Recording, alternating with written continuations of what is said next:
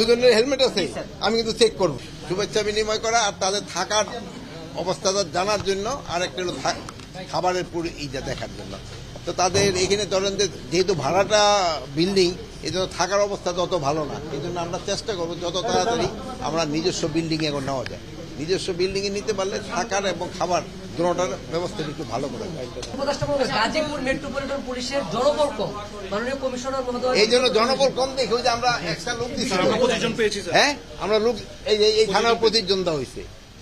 হ্যাঁ, অতিরিক্ত 25 জন দেওয়া হয়েছে। শোনো, কোনো কিছুই বিয়ে শাদী করছো, বিয়ে শাদী করছে মানে দেখবেন রিকোয়ারমেন্ট কিন্তু যতই ফুলফিল করবেন তারপরে বলে আরেকটু দিলে ভালো, আরেকটু দিলে ভালো। বাট আমরা চেষ্টা করতেছি যতটুকু দরকার অতটুকু দেওয়ার। আমরা যদি নিজস্ব বিল্ডিং যেসব করতে পারবো সেই সময় আমাদের কিন্তু ওই সিস্টেমগুলি সব এখানে ধরেন যে যারা সেবা নিতে আসে তারাও কিন্তু অনেক কষ্ট হয়, দেখে নেই তাকে থাকার বসার অনেক কষ্ট হয়।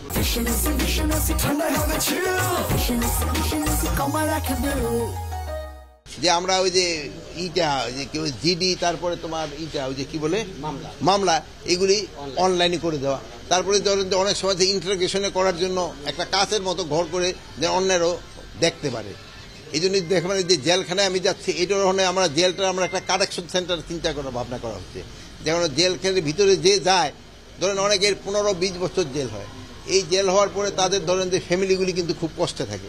এখন যদি জেলের ভিতরে তার একটা কাজকর্ম শেখানো যায়, ওখান থেকে সে কিন্তু আয়ও করতে পারে। ওই আয়টা কিন্তু সে বাইরেও পাঠাইতে পারে, তার ফ্যামিলিরে পাঠাইতে, অনেক ফ্যামিলিটাও ভালো চলতে পারে এবং সেও একটা কাজ শিখলো। আবার জেল থেকে যখন বের হয়ে আসলো সে কিন্তু একটা কর্মঠ লোক হিসাবে বেরিয়ে আসলো। আর এখন হলো কি, জেল থেকে বের হয়ে সে মানে কোনো সমাজের সাথে আর মিলতে পারে না, সে কাজ করবো না। যদি সে একটু কর্মঠ হিসাবে আসে, একটা কাজ শিখে আছে, তো বাইরে এসে সে কাজ করে। এই জন্য আমাকে চিন্তা ভাবনা আছে, যদি আল্লাহ করে যেতে পারি তো ভালো।